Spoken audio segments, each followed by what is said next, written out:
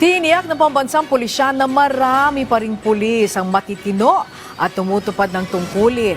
Sa kabilayan ng higit 3,000 tiwaling pulis na naparusahan ngayong taon. Si Ryan Lasigas sa sentro ng balita. Ang babala ng Philippine National Police, yung full force of the law, ay i-implement po para sa mga kasamahan natin na magkakamali.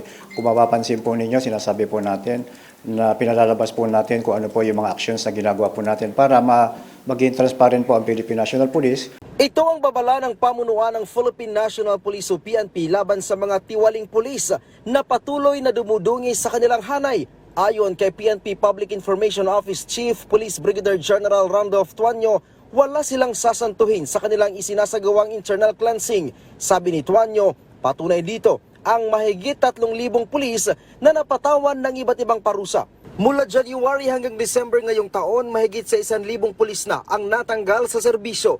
Nasa 179 din ang na-demote dahil sa iba't ibang paglabag. Nasa 1,320 din ang nasuspinde.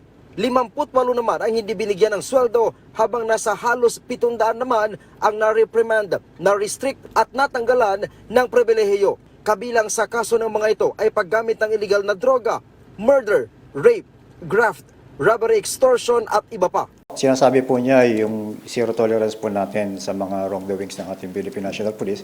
Sa mahigit 3,000 na naparusahan, nasa 347 ang mga opisyal o police commissioned officer at nasa 2,784 naman ang police non-commissioned officer. Lumalabas na police colonel ang may pinakamataas na ranggo. Sa kabila nito, tiniyak ni Tuanyo na marami pa rin ang matitinong pulis. Pero kaugnay po nito, binibigyan din po natin to. Ito yung tinatawag natin pag-manage po ng human resources po natin na hindi lang tayo tumitingin sa kamalian ng ating miyembro ng Philippine National Police. Yung mga gumagawa naman po ng tama, gumagawa ng mga accomplishments, ito po ay kinikilala.